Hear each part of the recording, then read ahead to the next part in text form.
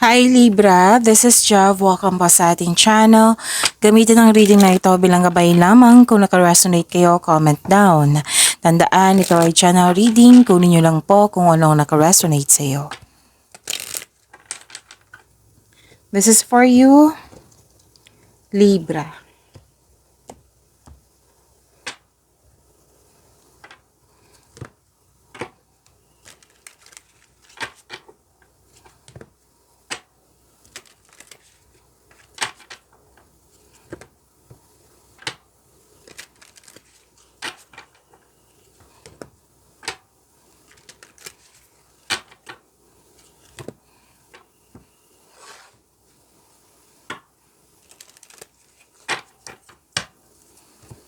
Para po ito sa iyo, Libra.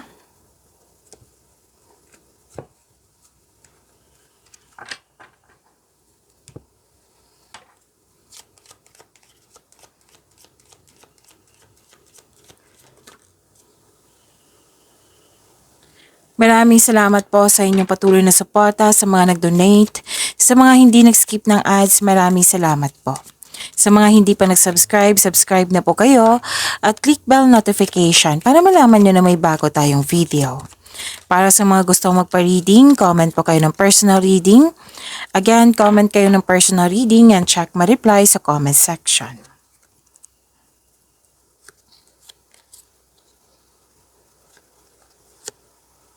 Okay. May nakita ako ditong proposal. Oo. May nakita akong proposal dito. Commitment, agreement, promises, nagkasundo, deal. Oo, may signing of contract din ako nakikita dito. May nag-uusap tungkol sa marriage contract. May bagong pasok sa relasyon, bagong pasok sa business partnership. Proposal, kasal, ikakasal. Yan yung nakikita ko.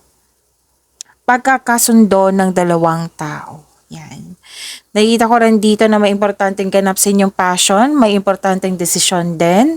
Oo, ingat lang po kasi parang may nag-provoke sa inyo dito, Libra, at nagkaroon kayo ng argument. Oo. At may dumating sa inyo, pwedeng opportunity to, news or information, na bibigyan mo siya ng agarang aksyon or reaction. Maaari din na may importanteng lakad ka, kayo ang bisita, or nakatanggap kayo ng bisita. Okay?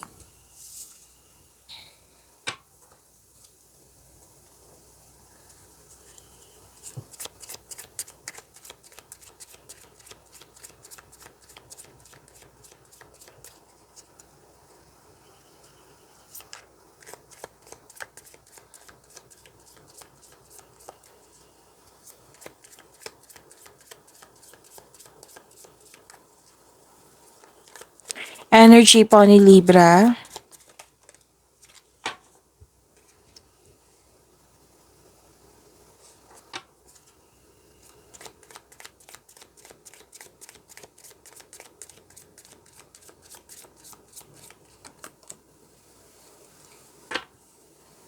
Kung may napansin kayo na repeating message, yan po yung pinupush ng cards nyo po. Like for example, nanood kayo sa inyong weekly gabay tarot reading sa inyong second quarter of the month of August at dito din. At may napansin kayo na repeating message. Yan po yung pinupush ng cards nyo po na kailangan nyo bigyan ng atensyon, solusyon at aksyon kung maari po. So, ano yung energy ni Libra?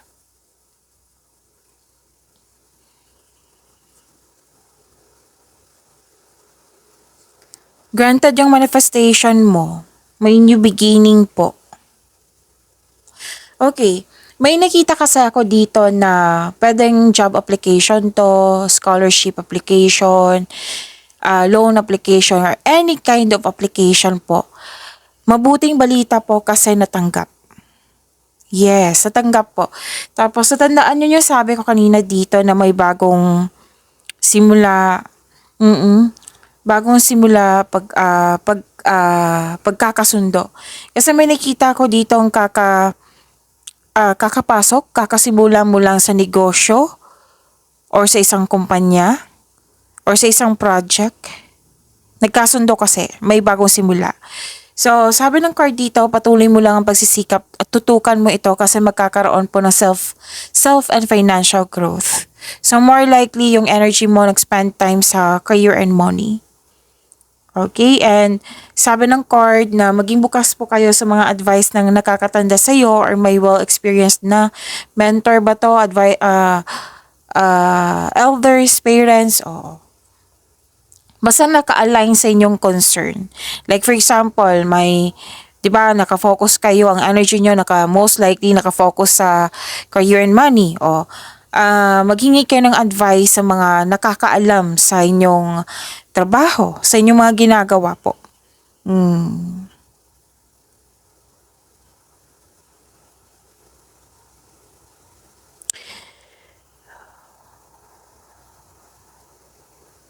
Okay, nakikita ko dito na ano to is, connection mo sa isang tao, may stability. Okay, stability yung nakikita ko dito at nagtitiwala kayo sa inyong sarili at sa kapwa mo. Kayong dalawa. Kumbaga trustworthy. May parating na masaganang panimula sa mga ginagawa nyo. Mag-ingat po daw kayo sa paggawa ng plano para magtagumpay ito. Ang ilan sa inyo, dine-develop yung hobbies nyo, yung skills nyo para pandagdag income po. So, you are very focused po, Libra, sa inyong trabaho ngayon, sa inyong mga ginagawa ngayon. You are putting effort without rushing.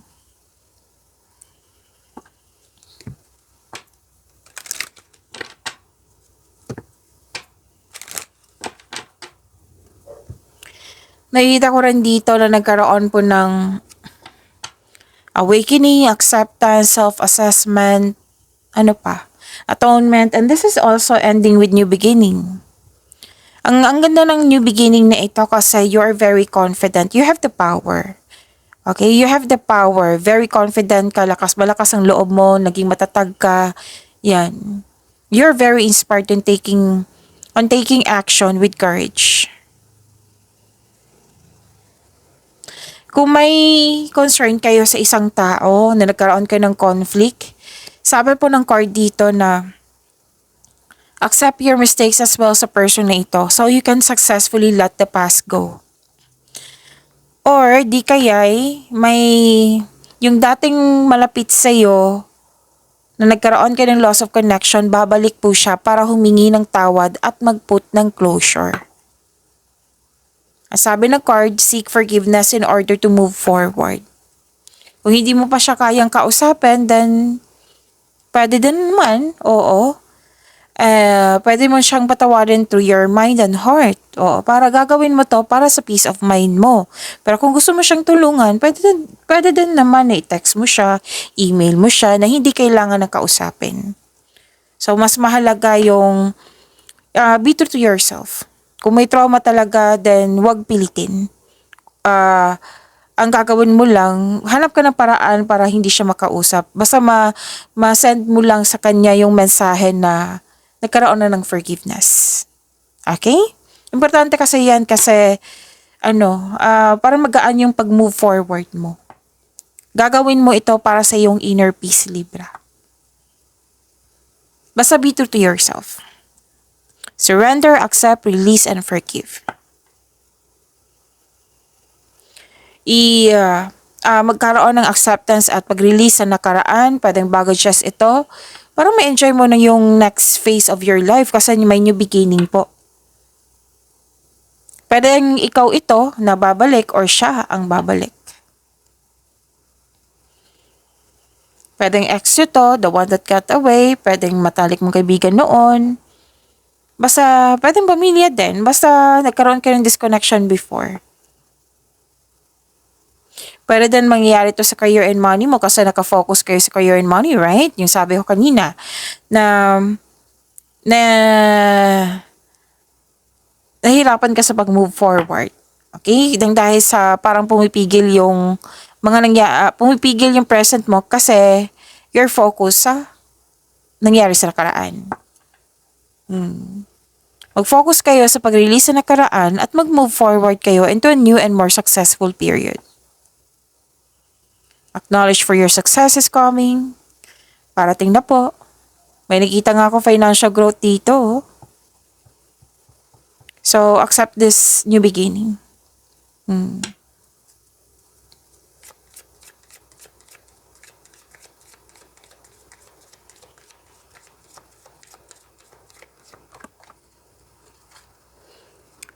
Be bold and make the first move. So, this is an action.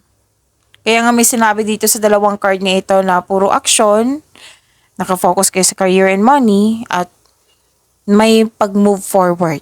Right? So, that is an action. So, na-clarify din siya dito.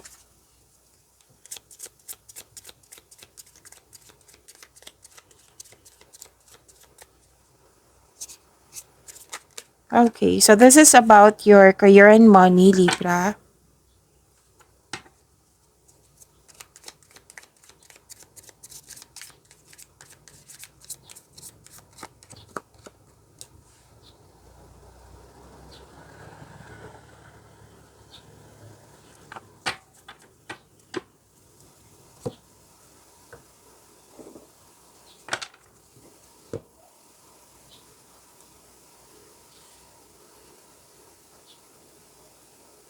Okay, sa career and money nyo, nakita ko dito na nagkaroon po ng, actually this is an advice. Oo. Sabi ng card dito, tamang pag-manage ukol sa pinansyal at budget para mas lumago pa ang iyong kaperahan. So, pagbalanse para magkaroon ng stability. Nagkaroon din ng pagkakasundo dito. Pagkakasundo or pagkakaisa. At ang sabi ng card dito, balansehin nyo po yung schedule nyo.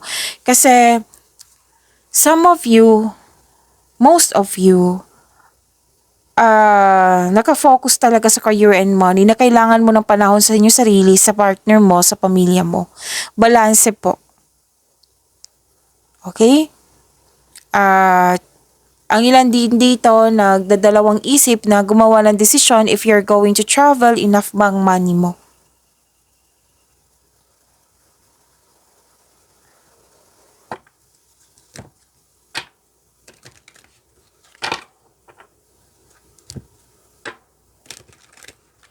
Ano to ito siya sa eagerness to learn. Oo. May mensahe na parating po. Huwag magpadalos-dalos, alamin at isipin ang susunod na hakbang. Maggawa kayo ng matibay na plano. Kasi makatulong ito sa pagkakaroon ng confidence. Kung meron kayong konkretong plano. And excited ka dito Excited ka sa dumating na pagkakataon kasi naka-align to sa passion mo. Alam na alam mo yung gagawin mo. At may nakita ko ditong binigyan mo siya ng aksyon kasi makatulong to sa iyong buhay pinansyal. Maaari din naghihintay ka ng feedback from your client, boss, or new employer. At itong balita na ito, excited ka. Kasi pwedeng in-offer sa'yo na kailangan mo lang maghintay. So, excited ka dito. Kasi makatulong sa'yo.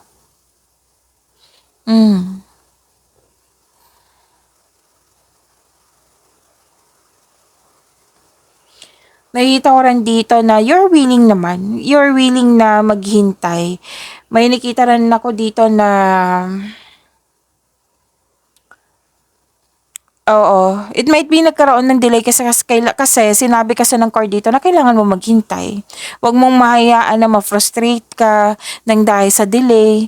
O, kasi may dito, opportunity, job opportunity, or kontrata, project. Oo, pwede din kaperahan to. So, huwag mag-alala, darating din naman yan. Sa mga nag-iisip dito na mag-spend or mag-invest or maggasta sa isang bagay, ang sabi ng card dito, pag-isipan niyo po daw ng mabuti. Kailangan niyo po na magkaroon ng time for reflection. Okay? So, kung may delay, invest your time wisely while you wait. Hindi ibig sabihin na may delay na hihinto ka. Kailangan move forward pa rin. Oo.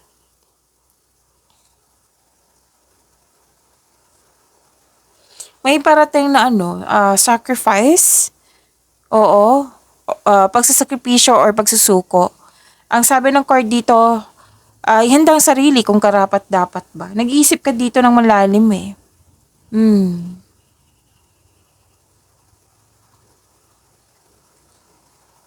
Nakikita ko rin dito na nagkaroon po ng, ang ilan sa inyo, no? You're earning a money as a teacher, yung nagtuturo, badang mentor, ano pa, advisor, ano pa yan, instructor. And ang ilan sa inyo na balik-aral, pwedeng self-study, nagpa-enroll sa workshop, seminar, pwedeng sa university, basta nagpa-enroll. Oo, na gagawin mo ito, pwede din masteral to ha, or board exam. Gagawin mo ito para magkaroon siya ng traditional career path. You're moving up to the ladder of success. Yung susundin mo talaga yung tradition. Any kind of tradition ng Pinoy, basta susundin mo. And you're showing your kindness to everyone. May usapin tungkol sa ano. Libra, pasensya na po, naputol yung video natin. Oo. Inayos ko din yung camera natin. So, sana tayo. May usapin tungkol sa education. Pwedeng teacher, student. May moral support din ako nakikita dito.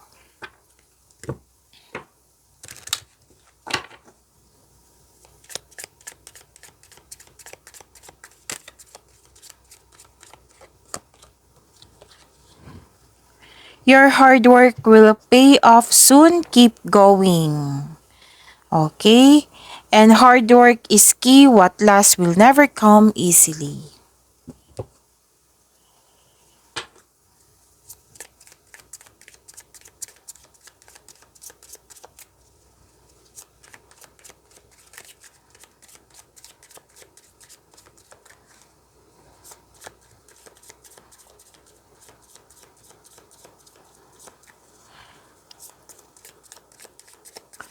Love life, self-love, partnership, and romance ni Libra.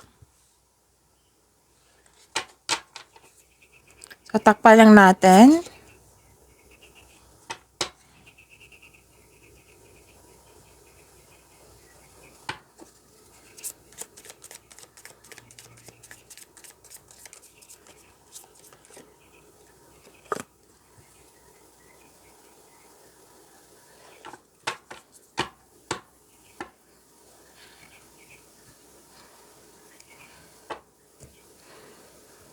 Okay, so love life, self-love, partnership, and romance. Nakikita ko dito na nagkaroon po ng may nag-celebrate ng monthsary anniversary. May perfect situation na naganap. Maaari din nakatanggap kayo ng gantimpala or positibong resulta sa inyong mga ginagawa. May celebration talaga. Monthsary anniversary, birthday party, achievement. Oo. So, ano to eh? Accomplishment. Oo. This is the perfect situation na i-celebrate ito. Single ka man, may relasyon sa buhay mag-asawa po.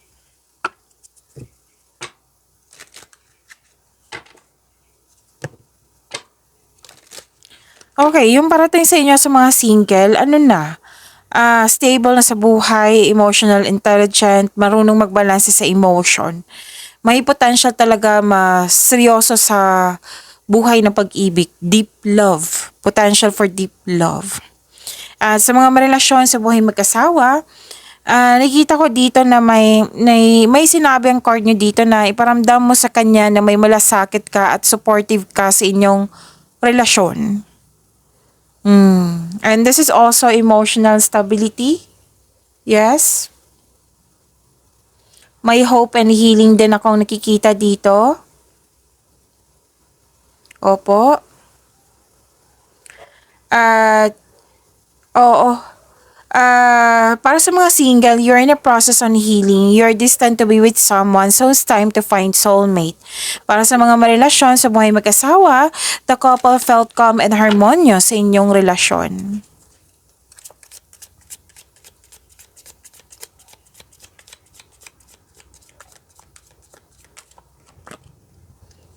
Ang sabi po ng card nyo dito, Pay attention to red flags. Know the warning signs of what an unhealthy connection looks like. Pag-imanin niyo po yung blessings na binigay sa inyo. Libra, see you tomorrow. Maraming salamat po.